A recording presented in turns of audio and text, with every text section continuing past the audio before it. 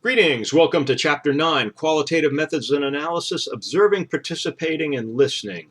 And in this particular chapter, we're going to cover fundamentals of qualitative methods, participant observation, systematic observation, intensive interviewing, focus groups, and ethical issues in qualitative research. The three major designs discussed in this chapter include participant observation, intensive interviewing, and focus groups. What we're really looking at when we start talking about qualitative research is research that involves trying to understand ongoing social interaction and processes, specific events, trying to understand situations that may not lend themselves to quantitative or numerical analysis, studying special cases or unstudied processes, studying unanticipated events. And there's a variety of ways of conducting qualitative research, and your authors do an excellent job in covering several of the many ways, and I'll focus on a few in this presentation. But what you're going to see here is that we're trying to understand how people make sense of their lives, of their worlds and events, and how they construct meaning to these events and their lives. And we'll see that often the researcher immerses himself or herself into the culture or a particular group of people that are doing something, sharing some experience or some connection. And here we get into ethnography. The definition of ethnography that we have here in your textbook is the study of a culture or cultures that some group of people shares using participant observation over an extended period of time. We'll see in a moment participant observation and extended period of time have various meanings. And also there's a section on netnography, which is relatively new. And also this is called cyber ethnography and virtual ethnography. And this is the use of ethnographic methods to studying online communities.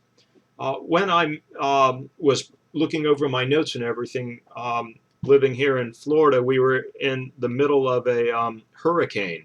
And what I was wondering is what was going on and how were people reacting, what were people doing, what were some of people's concerns or fears, and did they have support and all that. And I found that as opposed to the hurricanes that occurred in 2004, where I spent a lot of time outside cleaning up my yard and helping my neighbors clean up their yards and talking to people and being without power for 12 days and having some interesting interactions with governmental officials. All that was very, very different than sitting at home with the power still on the whole time, with the air conditioning running, and looking on Facebook, looking on Twitter, and looking on the local and national media on all this that's going on and getting a lot of ideas there, which is more of an ethnography situation. I even posted about 4 very short videos at different time periods showing my virtual friends what was going on in my neighborhood. Now, Kozinets, who really, in my opinion, has written what will become the classic of nethnography, says the online community should be relevant to the research question, involve frequent communications among actively participating members, and have participants who provide a rich body of textual data. And we'll see that there are many examples emerging of conducting ethnography online. And we could have a whole class on that, really. And we do have textbooks already on that. That's an area I'm really been trying to study and learn about, because I didn't get that in my training due to the lack of the internet, because I'm old. Okay, participant observation. This is where the researcher develops a relationship with the people as they go about their business as usual. And this really is a continuum of participation and observation with 3 major types here: complete observation, participation and observation, and covert participation. With complete observation, the researcher tries to see things as they occur, but doesn't really participate or change or disrupt these events. And the subjects may not even be aware that they are being studied. And this is used often when certain events or behaviors are being studied in public. For example, I studied interaction that occurs during jaywalking and how people jaywalk, and what happens when they jaywalk when they're with a group or one other person or several, and versus when they're alone, and what kind of body language do they use, basically I wanted to write about all I could by observing jaywalkers. So I sat at a corner of a restaurant and observed people jaywalking at different times of the day over a couple weeks. And this really was an exercise to help train me in the complete observation strategy and technique. Certainly I wasn't going to write a bestseller on the history, philosophy, and nature of jaywalking. But I certainly wanted to start getting my training early on and learn about this. And then your authors talk about advantages and disadvantages of complete observation.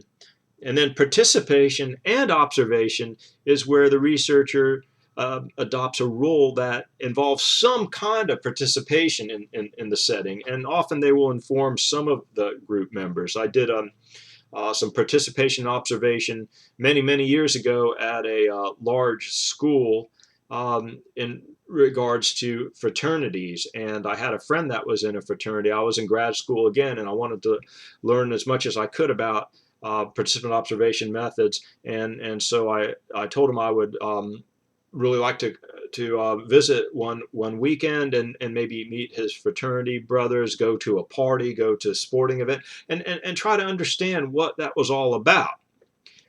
In contrast, covert participation is where the researchers does not reveal their identity to those that are observed. So covert participation would be if I actually pledged a fraternity to study them. And of course, you have a lot of ethical issues there. Of course, I did not do that, but that's kind of the difference there. And again, there's disadvantages and advantages to both types. Often, I remember when I was teaching sociology many years ago up at University of Connecticut, I had my students do a brief ethnographic study, and a lot of times they would go where they had easy entry into the setting, or they had a friend that could get them into the setting. So you see a lot of bars and nightclubs, or religious institutions, or particular groups that are doing something, fraternities or sporting clubs or groups, or weightlifting in the gym, and so on. In a sense, ethnographic work could occur anywhere at any time. Sometimes when I'm in line someplace, and I'm bored and by myself, I'll start trying to think, from a qualitative researcher perspective. For example, if I'm at the grocery store, I start looking around. I look in people's carts, see what they are getting, look at them, see if there's any connections with the items in them and other things. I look at my surroundings. I noticed, for example, that they have really all kinds of a mishmash of items they sell besides all that candy when you're checking out. I got glass cleaner, earbuds, aspirin, I mentioned eyeglass cleaner, all kinds of strange stuff, thumbtacks, scotch tape, band-aids, super glue. And I often wonder, how do they decide to just put all that stuff there? Did they do some research to figure out what sells, or is that just stuff they couldn't classify somehow? Where do you put the super glue? Where do you put, the earbuds, and so on and so forth? And then I noticed what was interesting is they had magazines in a rack, and they had these white plastic covers on the magazine, so only the title was showing, and they had about 4 or 5 of those, and they were covered. And of course, I looked behind to see what it was, and often it was a magazine with a man or woman in a bikini, or sporting one where there's a lot of flesh shown, or like a cosmopolitan type magazine, and those were covered. And so I thought, well, that's kind of interesting. I wondered why. So I asked the cashier. I said, why are those certain magazines covered? Is there a particular reason? And she said that they actually had complaints that those were, nasty, obscene magazines, and they didn't want, the covers exposed for people to see. So they used those plastic things. I personally was getting kind of upset staring at the cooking ones, because I was getting hungry, standing there in line at a grocery store, seeing that chocolate cake with that frosting, and thinking, okay, do I have enough time to run over to the frosting aisle? And but it's interesting to think about all this. A lot of times it seems totally irrelevant, but this is, you develop your skills. My wife says that I have a wonderful skill that of observing the irrelevant, of remembering the irrelevant, of putting together things that are totally irrelevant and not of interest. And I take that as a great compliment. That that's kind of the ethnographic thought process. You're looking at everything. You're looking at the big picture, but you're looking at those small things, those minute interactions that occur. So the basic steps in field research: entering the field, developing and maintaining relationships, sampling people and events, and collecting data. Entering the field can be extremely challenging.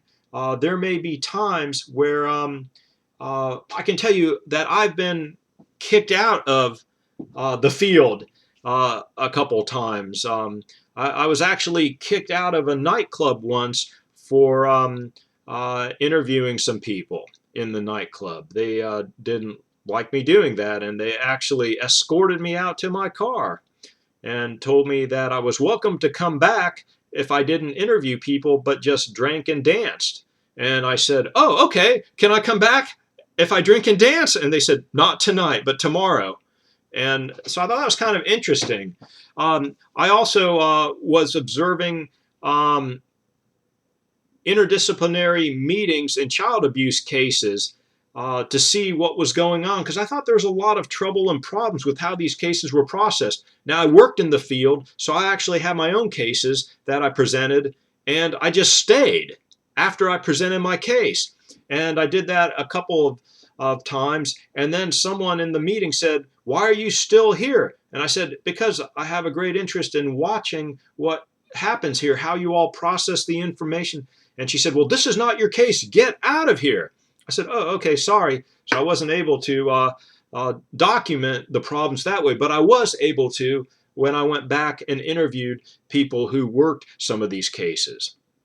Trust is imperative in getting into the research setting. Trust is extremely important. A lot of times, openness and transparency, and you have a lot of responsibilities with those that you're studying, that you do no harm, that you have informed consent, that you don't present them in a negative light, and or that you let them know what's going on to some extent. And again, this is something I can't go into detail on this because it would take a long time, but you'd have to go through institutional review board and explain all the risks and the benefits and all that.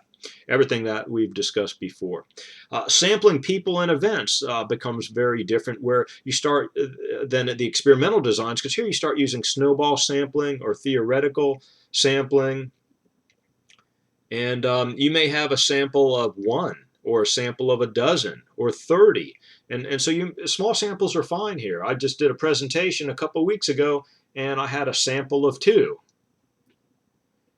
A lot of times you're taking field notes and avoiding being disruptive with the field notes, but often brief notes while observing. You may be able to record with the permission of the participants, and so there's all kinds of articles and books on taking field notes. Also, having to manage the personal dimensions is extremely important. I think the major tip here is to look at all the possible things that could go wrong ahead of time and how you'll deal with them. Okay, systematic observation is a standard form used to record variation within the observed setting in terms of variables of interest, and that's the author's definition there. And again, you can read about systematic observation. Then the authors talk about intensive interviewing and gaining data that way. And again, really, I think reading books and articles about interviewing and watching good interviews take place and practicing interviewing is extremely important here. How do you get good at interviewing? By practice, by interviewing different people in different settings. That's becomes helpful to, and like any other skill, practice helps here. Sometimes recorders are used, and sometimes not. Again, it depends on whether it creates problems with the interview, and if the interviewee is okay with that or not. Focus groups are discussed, and I'd also mention focus groups are also conducted online as well, and there's some really good books out there on focus groups.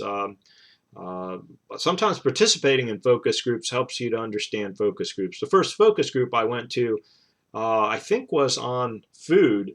All I remember is they paid me $25 and sub sandwiches while we did the focus group, and that's what got me there. Of course, I was a young undergraduate college student at the time, and I could use the spare cash as well as that really good sub sandwich.